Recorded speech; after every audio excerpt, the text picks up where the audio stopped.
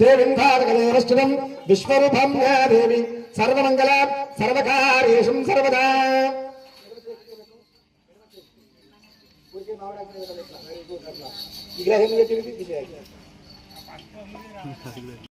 दिनं ताराफलं चन्द्रबलवतदेवाय दैवबलवतदेवाय